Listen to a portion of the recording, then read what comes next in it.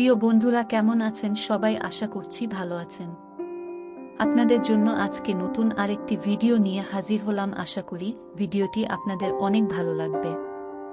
বিয়ের 7 মাস পর আমার স্বামী আমাকে ডিভোর্স দিল। সীমাহীন কষ্ট বুকে নিয়ে স্বামীর বাড়ি ছেড়ে বাপের বাড়ি গিয়ে থাকতে হলো। বাবা মায়ের কথা মতো মদখোর স্বামীকে ডিভোর্স দিতে এক প্রকার বাধ্যই হই। তবে আমার স্বামীরই চাওয়া ছিল আমার সাথে সে সংসার করবে না। বাপের বাড়ি সুখে দুঃখে দিন অতিবাহিত হলেও পাড়া প্রতিবেশী তথা সমাজের লোকদের কটু কথা শুনতে শুনতে জীবনটা বিষিয়ে উঠছিল। বিরক্তিকর প্রতিটা সময় কাটিয়ে যাচ্ছিলাম। এক একজনের এক এক রকম কথা, এক একটা কথা বুকে তীরের মতো হয়ে বিঁধতে থাকে। কেউ কেউ বলতো, দেখো কি অপয়া মহিলা, বিয়ে না হতেই তালাক দিয়ে আসছে, নিশ্চয় আরেক ভাতারের উপর নজর পড়েছে।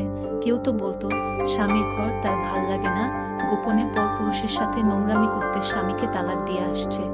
আরও যত প্রকার বাজে কথা আছে শুনতে হচ্ছিল। অথচ যখন স্বামীর অমানসিক নির্যাতন সহ্য করতে না পেরে শ্বশুর বাড়ি থেকে বাধ্য হয়ে বাপের বাড়ি চলে আসতাম, তখন এসব প্রতিবেশীরা বলতো, ওই কসাই জামাইকে ছেড়ে আসো, কত মেয়ে তালাক দিয়ে চলে আসছে, পারলে নারী ও শিশু নির্যাতন মামলা করো। আর আজ তাদের মুখে এসব কথা হারিয়ে গেছে। উল্টা এখন আমার উপর তারা অকথ্য ও অসহনীয় কটু কথা নিয়ে এসে মুখের উপর ছুড়ে মারছে। বাবা মায়ের অনুপ্রেরণায় আমি এসব সহ্য করে চলতে থাকি। বাবা মা আমার জন্য পাত্র দেখা শুরু করলে তাদের সোজাসাপটা বলে দিই, আমি বিয়ে করব না। কিন্তু তারা আমাকে জোর করতে লাগলো। তাদের ভাষ্য, বিয়ে করতেই হবে আমাকে। জীবন শুরু না হতেই ধ্বংসের কাছাকাছি চলে গিয়েছিলাম। সেই আমাকে আবারও ধ্বংসের মধ্যে পা ফেলতে হবে ভাবতেই কষ্ট লাগছিল। তবুও বাবা মায়ের কথা মতো দ্বিতীয়বার বিয়ের পিঁড়িতে বসতেই হলো। কতদিন আর বাবা মায়ের আন্ডারে কাজ করব? এসএসসি পর্যন্ত পড়াশোনা করে কি বা চাকরির আশা করতে পারি? যেসব কোম্পানিতে চাকরির জন্য যাওয়া হয় তারা কুপ্রস্তাব করে বসে নিজের মান সম্মানকে জলাঞ্জলি দিয়ে জব করব, এটা কল্পনাও করতে পারি না। বিয়ে করে নিলাম। আমার নতুন স্বামীর নাম ফাহাদ চৌধুরী, উচ্চ মধ্যবিত্ত পরিবার। সংসার জীবনের প্রতি অনীহা তৈরি হয়ে আছে, এরপরও ভয়ে আছি। সবসময় ভাবি ফাহাদ আগের স্বামীর মতো যেন না হয়। সংকল্প করলাম ফাহাদকে মন প্রাণ উজাড় করে ভালোবাসা দেব। সেই মোতাবেক চলছিল আমার সংসার জীবন। প্রথম 3 দিন ভালোই চলছিল, কিন্তু 3 দিন পর আমাদের বাসায় ফাহাদের কাজিন আসলো। সব সময় ফাহাদের সাথে তার কথাবার্তা আর ঢলাঢলি দেখে মোটেও সহ্য হলো না। এক রাতে ফাহাদকে ধীরস্থির ভাবেই বললাম, আপনার কাজিনের সাথে এত কথাবার্তা মোটেও ভাল লাগছে না। ফাহাদের জবাবে কিছুই বলল না, শুধু মুচকি হাসলো। পরের দিন সকালে তার কাজিন বাসা থেকে চলে গেল। 5 দিন আমাদের বাসায় ছিল ওর কাজিন। আমি হাঁপ ছেড়ে বাঁচলাম সে চলে যাওয়ায়। ফাহাদ জব নিয়ে ব্যস্ত হয়ে পড়ল। রাত 10টার আগে ফিরত না। একটা রাতও বড় একা হয়ে গেলাম। রাতে এসেই সে না খেয়ে ঘুম বলে খেয়ে আসছে। রাগে কষ্টে দুঃখে একা একা জোর করে দুমুঠো ভাত খেতে হতো। বুঝতে পারলাম আবারও আমি সেই নরকের মধ্যে এসে পড়েছি। দম বন্ধ হয়ে আসছিল দিনকে দিন ফাহাদের আচরণে। তাকে অফিস টাইমের ফাঁকে ঠিক দুপুর বেলায় ফোন দিয়েও একটা মিনিট কথাও বলতে পারতাম না। বলতো ব্যস্ত। এভাবেই চলছিল। শাশুড়ি আম্মার ভালোবাসা পেয়ে এবং ওনার অনুপ্রেরণায় মনে একটুর জন্য হলেও সাহস সঞ্চয় করি যে ঝড়ের পর শান্তি আসবেই। আমি তখন 7 মাসের অন্তঃসত্ত্বা। ফাহাদ অফিস যাওয়া বন্ধ করে দিয়েছে। আমি ভেবেছিলাম হয়তো চাকরি চলে গেছে, তাই হয়তো অফিসে যাচ্ছে না। তার মন মরা চেহারা দেখে বলার সাহসও পেতাম না যে কেন অফিসে যাচ্ছ না। সাহসী হয়ে উঠত না। তবে যতদিন ধরে সে অফিস যাচ্ছে না ততদিনে লক্ষ্য করলাম সে আমাকে ঘরের একটা কাজও করতে দেয় না। সব কাজ সেই করে, এমনকি আমাকে গোসল পর্যন্ত করিয়ে দিত। চুল আঁচড়ে দেওয়া, রাত্রে মাথা বুলিয়ে দিয়ে ঘুম পাড়িয়ে দেওয়া, নিচতলা থেকে উপরতলায় সিঁড়ি বেয়ে আমাকে ওঠা নামা করানো, সব করত। তার এমন ভালোবাসা পেয়ে ভুলেই গেলাম ফেলে আসা 11টা মাসের কথা। মনে হলো আমি ভালোবাসার স্বপ্নপুরীতে বাস করছি। প্রিয়তম স্বামীকে সঙ্গে নিয়ে আমার হৃদয় একটাবারের জন্য বলে উঠল, আমি আমার স্বামীর প্রেমে পড় গেছি। সেদিন গায়ে খুব জোর ছিল। প্রসব বেদনা উঠেছে। মনে হচ্ছিল হাজারো চাকু দিয়ে লজ্জাস্থানে আঘাত করা হচ্ছে, মাথায় পেরেক ঢুকানো হচ্ছে, আর বুকে অসংখ্য হাতুড়ির পিটুনি দিচ্ছে শত শত লোক। হাসপাতালে নেওয়া হয়নি আমাকে, দায়ী আমার আম্মা। শাশুড়ি পাশে বসা ছিল। আমি বারবার শুধু ফাহাদের নাম বলে চিৎকার করছিলাম আর অসহ্য যন্ত্রণা সহ্য করতে না পেরে মাতালের মতো উল্টাপাল্টা বকছিলাম। আমার স্বামী চাচ্ছিল আমার পাশে আসতে, কিন্তু দাই আমার স্বামীকে আসতে দিচ্ছিলেন না। ফাহাদ আমার চিৎকার, চেঁচামেচি আর ব্যথায় গোঙানি শুনে সহ্য করতে না পেরে বাচ্চা ছেলেদের মতো কাঁদছিল। খোলা দরজার ফাঁক দিয়ে ফাহাদের অশ্রুভেজা মুখটা লক্ষ্য করছিলাম। যখন প্রসব বেদনা বেড়ে গেল তখন আর ফাহাদ নিজেকে সামলাতে পারল না, ঢুকে পড়ল রুমে। ফুপিয়ে কাঁদতে কাঁদতে সে আমার মাথায় হাত বুলিয়ে দিয়ে বারবার বলছিল, কিচ্ছু হবে না তোমার, আমি পাশে আছি, আমার আল্লাহ তোমার কোনো ক্ষতি করবে না।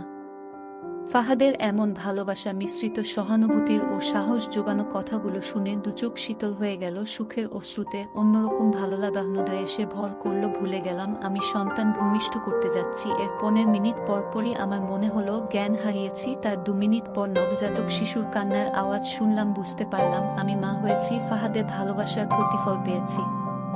ফুটফুটে মেয়ে সন্তান হয়েছে আমাদের। ওর বাবা ওকে কোলে তুলে নিল। ফাহাদের মুখে হাসি, দুচোখ অশ্রুতে ভেজা। বুঝতে পারলাম এই দিনটার অপেক্ষাতেই সে ছিল। মেয়ের বয়স যখন 3 বছর তখন ওর হাতে একদিন একটি চিঠির খাম দেখতে পেলাম। চিঠির খামটা হাতে নিয়ে পত্রটা বের করে আগ্রহ নিয়ে পড়তে শুরু করলাম। ফাহাদ চিঠিটা লিখেছে। সে লিখেছে, প্রিয়তমা স্ত্রী, আমার ভালোবাসার চাদরে জড়িয়ে সবসময় যেন সুখেই থাকো, এটাই কাম্য। তোমাকে আজ কিছু কথা বলবো। জানি না চিঠিটা তোমার হাতে কবে পৌঁছেবে, তবুও লিখছি। তোমার মনে প্রশ্ন জমে আছে হয়তো, আমার কাজিনের সাথে ওরকম প্রেমময় আচরণ কেন করলাম। এর উত্তর, আমি তোমাকে পরীক্ষা করেছি যে আমার প্রতি তোমার আগ্রহ কেমন।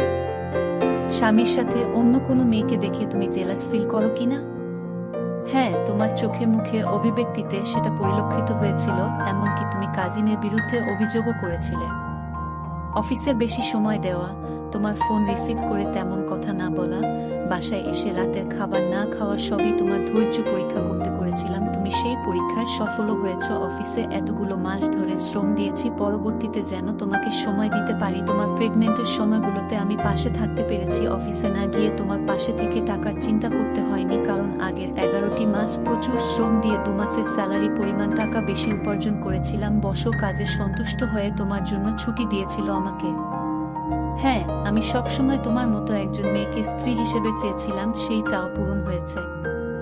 আমি তোমাকে ভালোবাসি বউ, অনেক বেশি ভালোবাসি। ইতি, তোমার পাগল স্বামী ফাহাদ।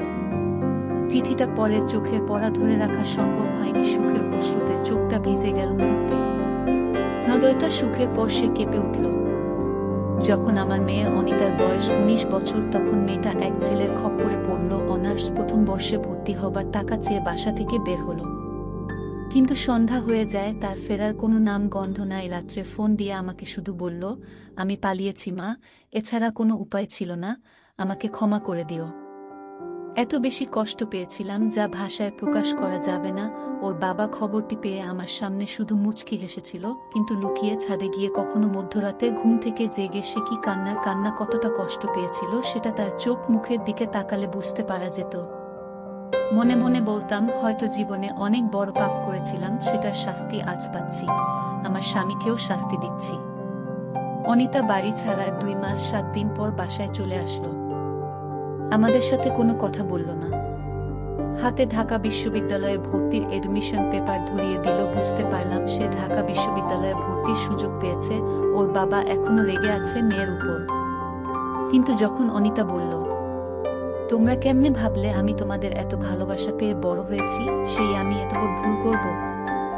এইচএসসিতে অনেক ভালো রেজাল্ট করে বিশ্ববিদ্যালয়ে ভর্তির জন্য চেষ্টা চালাচ্ছি, সবই তোমাদের ভালোবাসায় সহযোগিতায়। সেই আমি কারো সস্তা ভালোবাসার টানে তোমাদের ভালোবাসাকে কবর দিয়ে বাড়ি ছাড়ব?